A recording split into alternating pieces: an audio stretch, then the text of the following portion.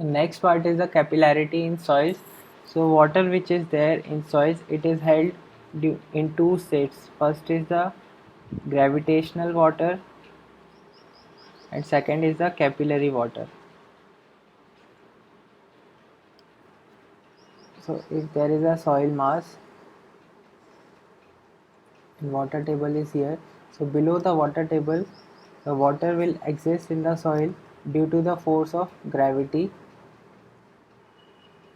So this water is known as the gravitational water, or it is also known as the phreatic water, because the top surface of this water table, it is subject to atmospheric pressure.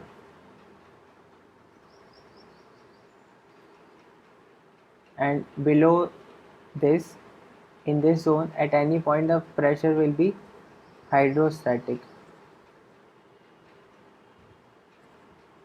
But if it was the only force which was there in the soil, then the soil above this water will remain dry, but it is not the case. The water rises up to some distance above the water table, and that happens due to the capillary phenomenon. So the water will again be saturated up to a distance above the water table, and some more distance it will be partially saturated.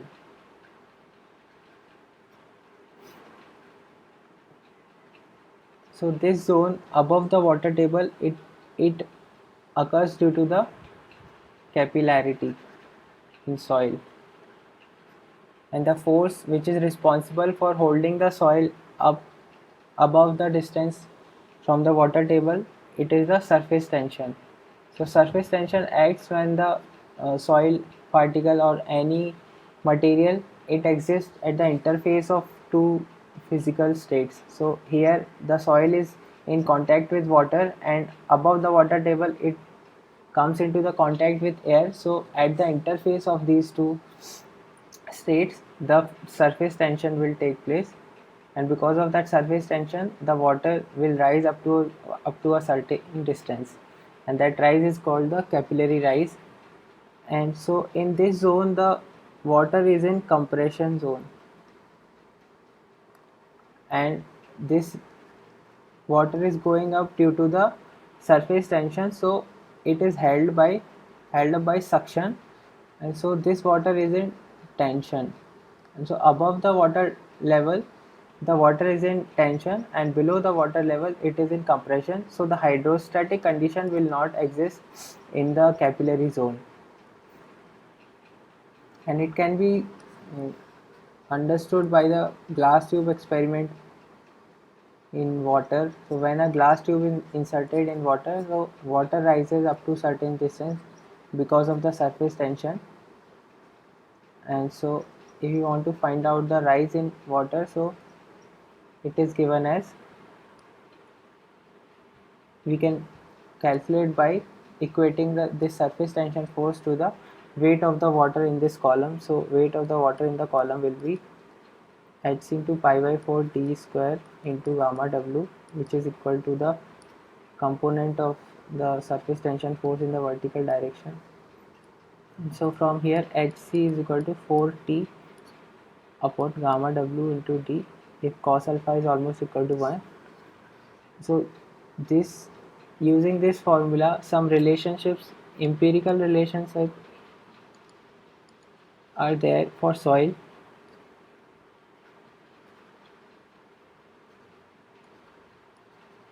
So for silt and sand,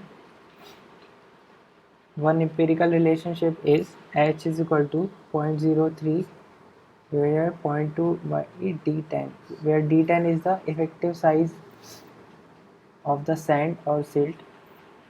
And similarly one more empirical formula, it is in centimeter. In this it is in meter, and this will be in mm. So here it is given as E times d10, where C is the empirical constant. and its value lies between 1 to 0.5 centimeter square. And so from here, what is the main point to be understood is that the capillary rise will not depend upon the does not depend upon the grain size, but it depends upon the pore size. So if two soils which are having same effective size of the particles, they may have different capillary rise because of having different pore sizes. So the water which is there in the capillary zone, it is in tension, as I said. So if it is the water,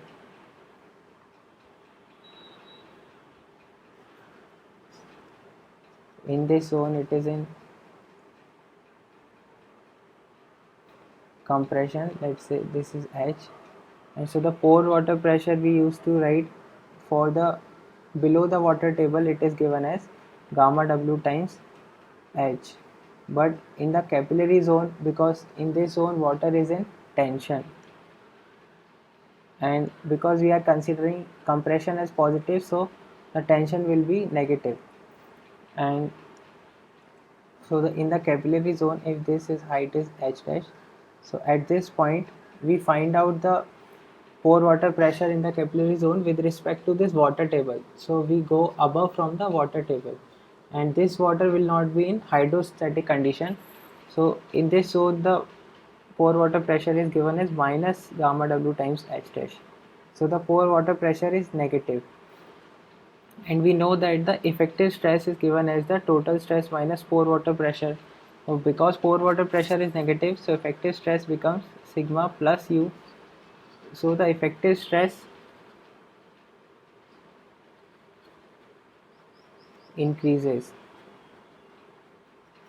due to capillary water or capillary action.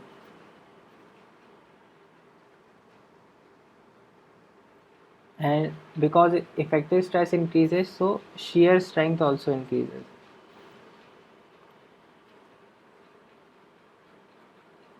So there are some practical examples where the capillarity comes in use, that when some excavation is to be done in sand or silt, so that excavation can be done without providing any support. So on this sides we need not provide any support if there is capillary water, so the water will hold, the soil will hold its position because of the increased shear strength.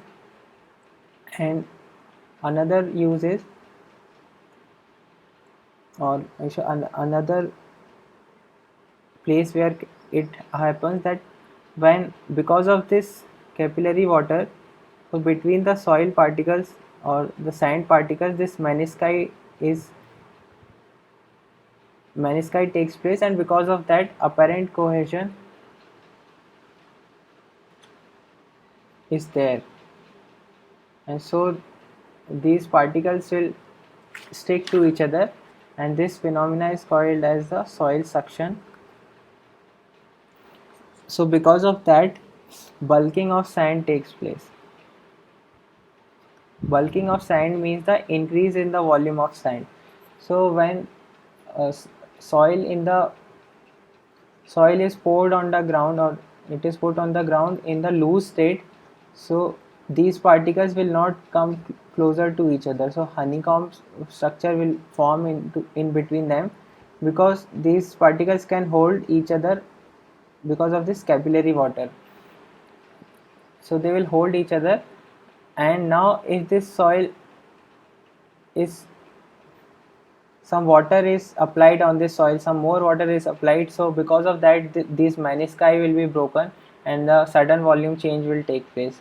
So this volume increase in volume phenomena is called as the bulking of the sand. So till now we saw that we are more interested in finding out the effective stress of the soil rather than the total stress. So it is because that effective stress controls the various soil parameters such as compressibility, shear strength, and other things such as bearing capacity. So direct relation is there between these parameters and the effective stress rather than the total stress. So we cannot relate these things with directly with the total stress, but they are well correlated with the effective stress. So we are always more interested in finding out the effective stress on the soil.